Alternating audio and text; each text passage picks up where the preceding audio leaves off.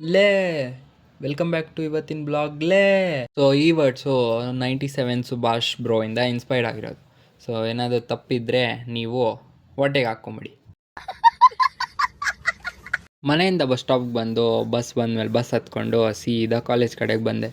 ಅಲ್ಲಿ ಆ ಸ್ಟಾಪಲ್ಲಿ ಇಳ್ಕೊಂಡು ರೇವಾ ಕಡೆಗೆ ನಡ್ಕೊಂಡು ಹೋದೆ. ಆಮೇಲೆ ಏನ್ಲೇ ಫಸ್ಟ್ ಅವರ್ ಕ್ಲಾಸ್ ಅಟೆಂಡ್ ಮಾಡಿಕೊಂಡು ಸೆಕೆಂಡ್ ಅವರ್ಗೆ ರೆಕಾರ್ಡ್ ಬರಿಬೇಕು ಅಂತ ಕ್ಲಾಸ್ಗೆ ಹೋಗಲಿಲ್ಲ. ನಾನು ಆ ರೆಕಾರ್ಡ್ ಬರೆದು ಮುಗಿಸೋಷ್ಟರಲ್ಲಿ ಬ್ರೇಕೇ ಮುಗ್ದೋಗಿತ್ತು. ಆಯಿತು. ಆಮೇಲೆ ಅಲ್ಲಿಂದ ಸೀದಾ ಲ್ಯಾಬ್ಗೆ ಹೋಗಿ ಅದನ್ನು ಮುಗಿಸ್ಕೊಂಡು ಊಟ ಮಾಡೋಣ ಅಂತ ಫುಡ್ ಕೋರ್ಟ್ ಕಡೆಗೆ ಬಂದೆ.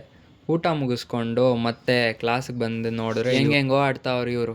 ಅದನ್ನು ನೋಡಿಕೊಂಡು ಆ ಕ್ಲಾಸ್ ಮುಗಿಯೋ ಗಂಟ ಕ್ಲಾಸಲ್ಲಿ ಕೂತಿದ್ದು. ಆಮೇಲೆ ಎದ್ದು ಸೀದಾ ಫುಡ್ ಕೋರ್ಟ್ ಕಡೆಗೆ ಬಂದ್ವಿ. ಮೊನ್ನೆ ಇದ್ದಿದ್ದು ಕರ್ಣನ್ ಬರ್ತಡೆಗೆ ಇವತ್ತು ಕೇಕ್ ಕೊಯ್ಸ್ತಾಯಿದ್ರಿ. ಕೇಕ್ ಕೊಯ್ಸ್ತಾ ಇರೋ ಖುಷಿಗೆ ನಮ್ಮ ಕರ್ಣನ ಮುಖದಲ್ಲಿ ಕೊಳೆ ತುಂಬಿಟ್ಟಿತ್ತು. ಸಾರಿ ಕಳೆ ತುಂಬಿತ್ತು ಅಂತ ಹೇಳಕ್ ಬಂದೆ.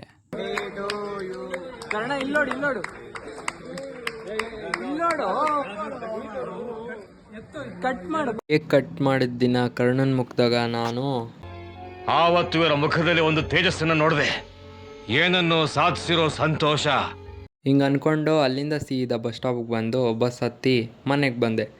ಮನೆಗೆ ಬಂದಮೇಲೆ ಫ್ರೆಶಪ್ ಆಗಿ ಜಿಮ್ ಕಡೆಗೆ ಹೋದೆ. ಜಿಮ್ಗೆ ಹೋದ್ಮೇಲೆ ಫಸ್ಟು ಪುಷಪ್ಸ್ ಮತ್ತು ಸ್ಕ್ವಾಟ್ಸ್ ಮಾಡಿದೆ. ಗ್ಯಾಪಲ್ಲಿ ನನ್ನ ಮುಖ ಏನು ಹಿಂಗೈತೆ ಅಂತ ನಗಬೇಡಿ. ಮಲಗಿದ್ದು ಆಮೇಲೆ ಜಿಮ್ಗೆ ಹೋಗಿದೆ, ಸೊ ಅದಕ್ಕೆ ಮುಖ ಹಂಗಿತ್ತು. ಆಮೇಲೆ ಸ್ವಲ್ಪ ಹೊತ್ತು ಕಾರ್ಡಿಯೋ ಮಾಡಿ ವರ್ಕೌಟ್ ಸ್ಟಾರ್ಟ್ ಮಾಡಿದೆ. ಇವತ್ತು ಮಾಡಿದ್ದು ಲೆಗ್ ವರ್ಕೌಟ್. ಸೊ ಅದನ್ನು ಮುಗಿಸ್ಕೊಂಡು ನಾನು ಒಂದು ವೀಡಿಯೋ ಮಾಡಿಕೊಂಡು ಅಲ್ಲಿಂದ ಆಚೆ ಬಂದೆ. ಗುರು ಮೊನ್ನೆ ಒಂದು ವೀಡಿಯೋ ಸ್ಟೇರ್ಸು, ಇವತ್ತು ಲೆಗ್ ವರ್ಕೌಟ್ ಮಾಡಿ ಸೇಮ್ ಅದೇ ಫೀಲ್ ಆಗ್ತಿದೆ. ಮನೆಗೆ ಬಂದು ಊಟ ಮುಗಿಸಿ ಇವತ್ತಿನ ಬ್ಲಾಗ್ನ ಎಂಡ್ ಮಾಡಿದೆ. ಸೊ ಬಾಯ್, ನಾಳೆ ವೀಡಿಯೋದಲ್ಲಿ ಮತ್ತೆ ಸಿಗುವ.